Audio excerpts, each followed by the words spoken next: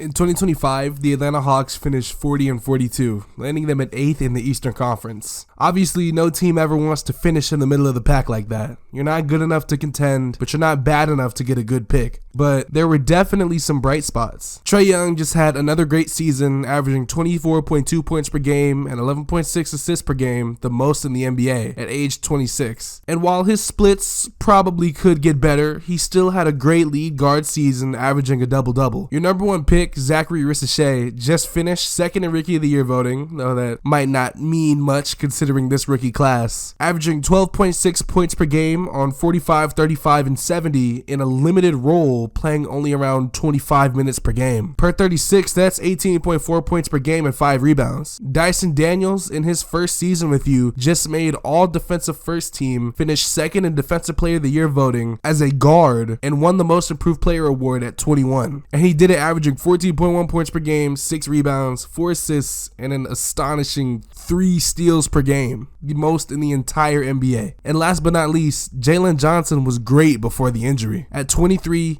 he averaged 19 points per game, 10 rebounds per game, 5 assists per game, and 2.6 stocks on 50% from the field. His three-point shot could use some work, and you know what? Hopefully it gets worked on this offseason. And speaking of the offseason, what an offseason the Atlanta Hawks had for themselves. With the Eastern Conference being noticeably weaker going into next year due to the absence of Damian Lillard, Jason Tatum, and Tyrese Halliburton, the Hawks are really trying to seize their opportunity here, and I'm all for it. Back in April, the Hawks fired their GM Landry Fields, and since then, they've made good move after good move. First, they drafted their hometown guy in Asa Newell out of the University of Georgia with the 23rd pick, a forward listed at 6'11" who played on that insane 2024 Montverde squad. He's still a pretty raw offensive player, but I think he can be used in the pick and roll and dunker spot as a lob threat, especially next to Trae Young. If his jump shot can continue to develop like it has been for the past couple of years, he can carve out an important role for this Hawks squad moving forward. It may not be this year, but I'm high on him, and I'm always gonna love a hometown hero story in the big leagues. I have a lot more to say about him, so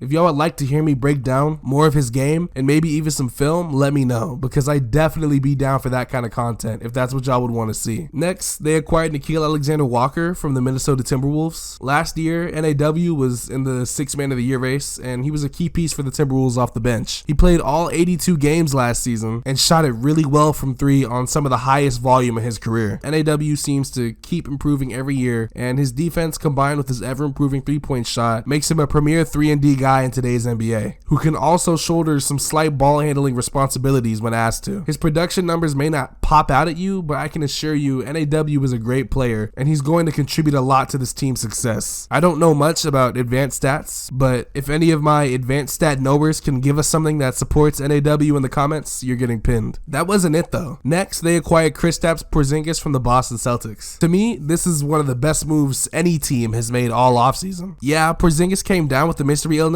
but assuming he's healthy next year, pairing him with Trae Young is just what he needs. He's going to be really effective as a screener. He can pop, he can roll, it doesn't matter. And Trae Young is going to set his big man up for success. And we might just see Porzingis have a career year next year. But the thing that makes this move so sweet is that all the Hawks really gave up was Georges Niang, and that is a steal. The cherry on top is that Porzingis is on an expiring contract. So if things don't work out this year, they're not forced to commit. You can simply just let him walk. So the new Hawks management has truly blown me away, and I'm genuinely so excited for this team. And finally, they signed Luke Kennard to a contract. I don't got much to say about Luke Kennard. You know Luke Kennard. He's an absolute knockdown. He's going to come off the bench, and you know he's going to knock threes down. But if there is something you'd like to know, he's shooting 44% from 3 on his career with about 4.5 3-point attempts per game. So let's recap. The Hawks are bringing back every bright spot from last season with Trae Young, Ricochet,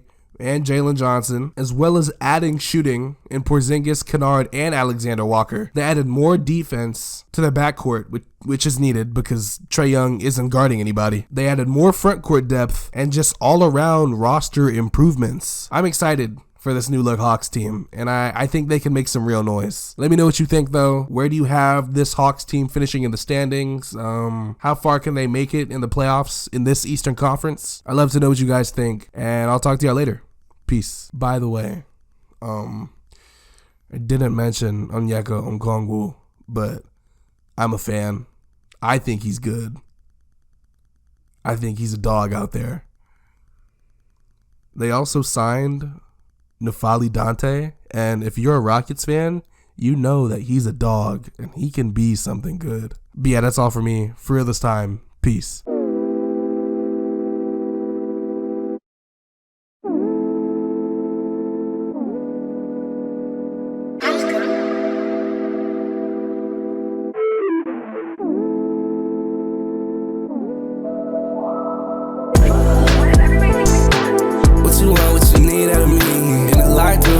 Airbnb, you became something I cherish and need. In my head, you married to me, but we got close, we died to a team. Same room, quit staring at me. In the same room,